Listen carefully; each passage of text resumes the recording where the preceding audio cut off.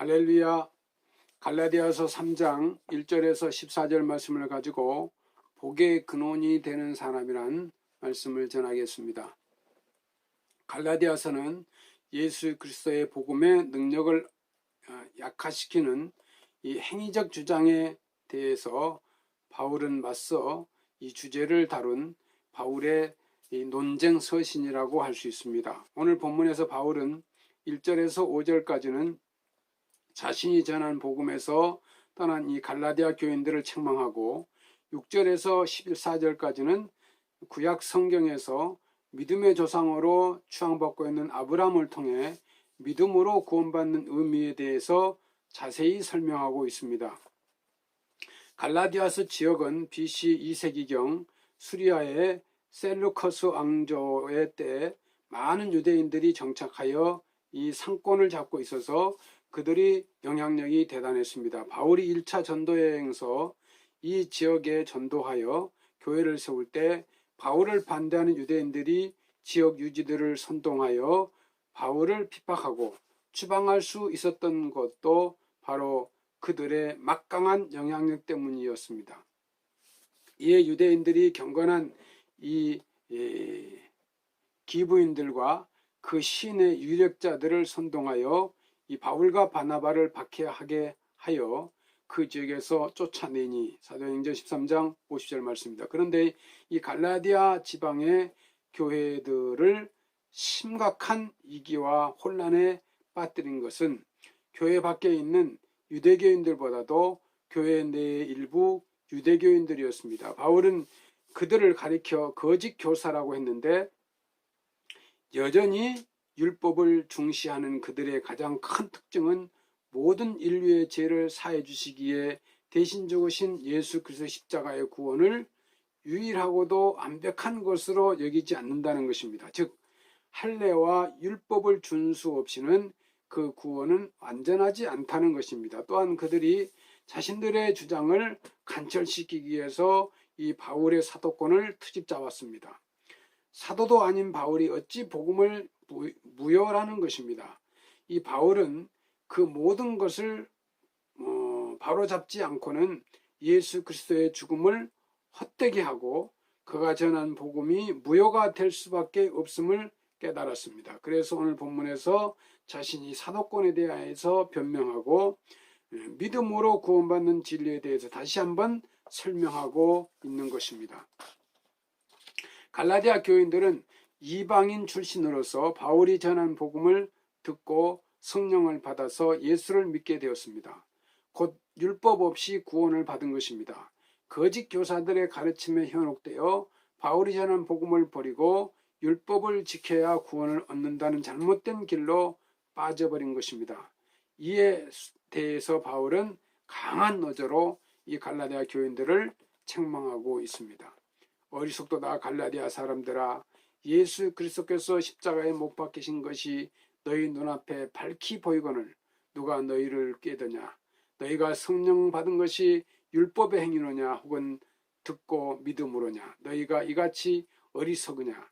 성령으로 시작하였다가 이제는 육체로 마치겠느냐? 갈라디아서 3장 1절에서 3절 말씀입니다. 그 다음에 바울은 거짓 교육자들의 주장하는 율법의 행위로는 결코 구원을 얻을 수 없다는 것을 믿음의 조상 아브라함의 예를 들어 설명합니다. 유대인들은 전통적으로 아브라함이 3살 때 이미 의롭게 되었다고 초자연적 직관으로 율법에 통달하였으며 할례를 받음으로써 그 이가 안전되었다고 생각합니다. 그래서 그들은 그들의 조상인 아브라함의 신앙을 답습하여 할례를 받고 율법을 지킴으로써만이 의롭다함을 받을 수 있다고 주장하는 것입니다.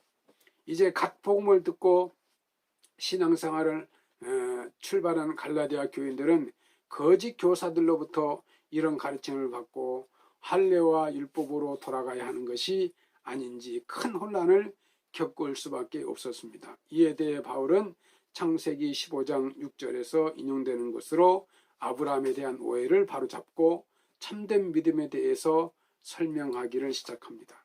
이 갈라디아 3장 6절에서 인용한 이 창세기 15장 6절에 보면 아브라함이 여호와를 믿으니 여호와께서 이를 그의 의로 여기시고, 창세기 15장 6절입니다.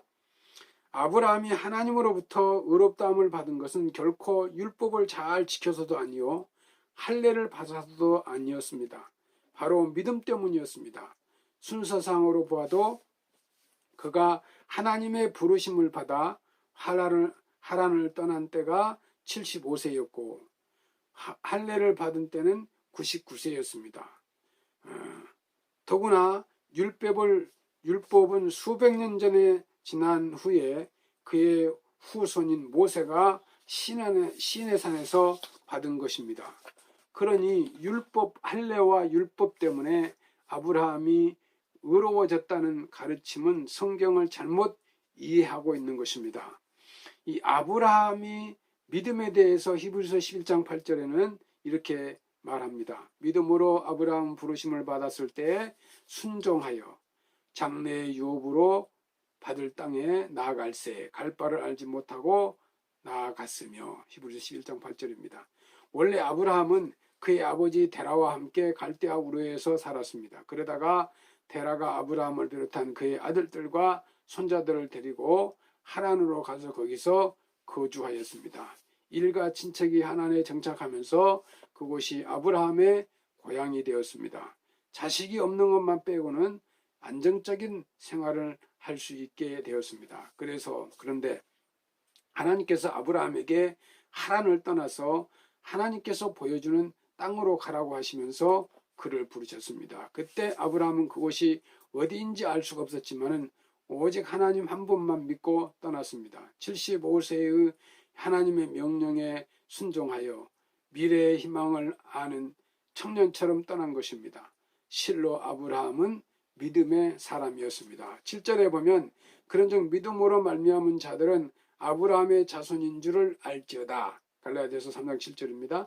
이 말씀은 아브라함과 동일하게 믿음으로 사는 자는 유대인이나 이방인이나 차별 없이 혈통과는 관계없이 모두가 하나님의 자손이 되는 것입니다. 그런데 이런 바울의 말은 전통적인 유대인들, 곧 아브라함의 육적인 자손만 구원을 받는다고 믿는 이들에게는 큰 충격이 아닐 수 없었습니다. 어떻게 아브라함의 혈통이 아닌 이방인들이 아브라함의 자손이 될 수 있냐는 것입니다.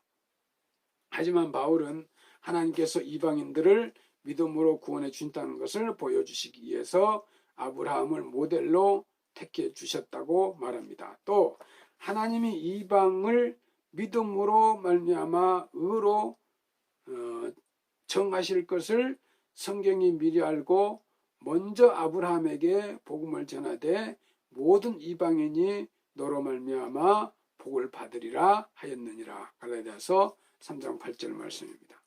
믿음으로 아브라함의 자손이 된다는 것은 아브라함을 받은 복을 유산으로 받는다는 의미입니다. 그러므로 믿음으로 말미암은 자는 믿음이 있는 아브라함과 함께 복을 받느니라. 갈라디아서 3장 9절 말씀입니다.